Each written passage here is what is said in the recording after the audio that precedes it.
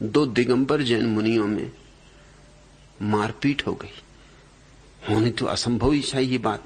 एक तो दिगंबर जैन मुनि जिसने सब छोड़ दिया, कपड़े भी छोड़ दिए, अब क्या मारपीट को बचा।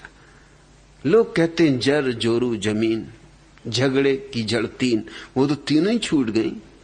मगर गजब के लोग हैं, फिर भी झगड़ा निकाल लिए। न जर है, न जोरू है, न जमीन है, कुछ भी नहीं है। दिगंबर जैन मुनि, कपड़े भी नहीं है, लंगोटी भी नहीं है, अब झगड़े का क्या उपाय है। उसी दिन मुझे पता चला कि वो सूत्र पर्याप्त नहीं। अरे झगड़े करना हो तो आदमी कर लेगा, जर जोरू जमीन की कोई जरूरत नहीं। जर जोरू जमीन तो बहाने हैं, खूंटियां हैं। झगड़ा टांगना है कहीं भी टांग दो, खूंटी हुई खूंटी पे टांग दो, न हुई तो खीली पे टांग दो, खीली नहीं हुई तो खिड़की पे टांग दो, कुर्सी पे टांग दो, नहीं तो अपने कंधे पे टांग लो, मगर टांग लोगे, कुछ ना कुछ उपाय।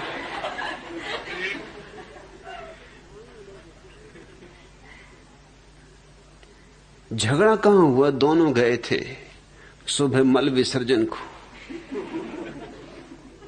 एकांत में झगड़ा हो गया, एक दूसरे की पिटाई कर दी। पिटाई काहे सीखी, को और तो कुछ था नहीं। पिच्छी रखते हैं जैन मुनि, पिच्छी रखी जाती है कि कोई चींटी भी न मर जाए। पिच्छी में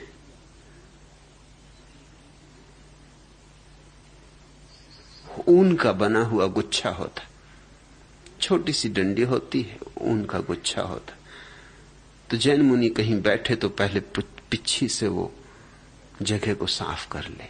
ऊन का गुच्छा इसलिए ताकि पिच्छी की चोट भी न लगे, अगर चींटी भी हो तो ऊन के धक्के से उसे कोई चोट न लगे, हटा दी जाए। फिर बैठे, स्थान को साफ करके बैठे। वही पिच्छी थी उनके पास, उसमें डंडा भी होता लेकिन पिच्छी में। ये महावीर ने सोच ही ना होगा कि पिच्छी तो ठीक है कि चींटी बच जाएंगे, मगर डंडा, कभी मौका आ गया तो काम आ जाएगा। आ गया उस दिन काम, एक दूसरे ने पिच्छी से पिटाई कर दी, वो डंडे का उपयोग हो गया।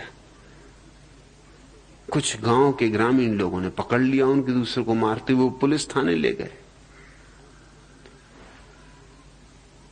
बामुश्किल उनको बचाया गया। जैनियों में बड़ी हड़कंप मची, क्योंकि उनके जैन मुनि इस तरह का व्यवहार करें जो निरंतर आत्मज्ञान की बात करते, जो जीवन को तपाते, तपश्चर्या करते, साधना करते। और इन पे झगड़े का कारण क्या। जब पुलिस ने पूछताछ की, जो झगड़े का कारण था वो और भी बड़ा मजेदार था। वो जो पिच्छी का डंडा था, बांस का डंडा, उसको भीतर से पोला करके उसमें 100-100 के नोट भरे हुए थे।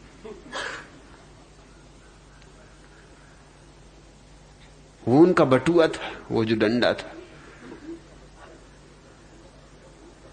अगर जैन मुनियों की पिच्छी देखो तो डंडा जरूर गौर से देख लेना, क्योंकि वही है उनके पास, और कोई उपाय नहीं। मगर आदमी इतना होशियार है कि उसको डंडे को पोला करके अंदर उसमें गिड्डियों पे गिड्डियां उन्होंने भर रखी थी।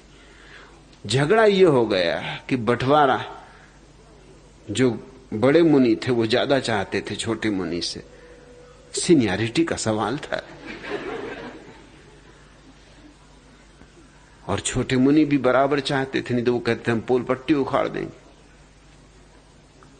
षड्यंत्र में कहीं कोई सीनियर जूनियर होता है, ये कोई सरकारी दफ्तर थोड़ी। इसी पे झगड़ा हुआ, इसी पे मारपीट हो गई, रुपए भी पकड़े गए। और जैनियों ने किसी तरह रुस्वत खिला के मामले को दबाया कि कहीं ये पता ना चल जाए सबको। मेरे पास आए कि क्या करना चाहिए।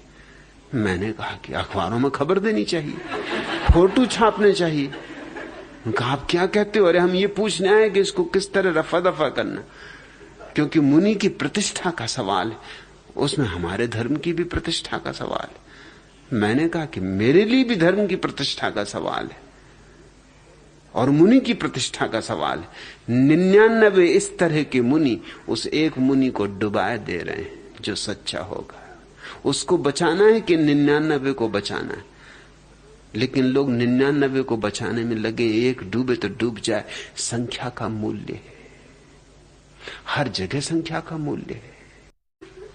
तो ये जो तुम्हारे तथाकथित साधु हैं, ये ओम का उच्चार भी करते रहेंगे, और ओम के भीतर क्या क्या नहीं भरा होगा, क्या क्या नहीं उपद्रव होंगे।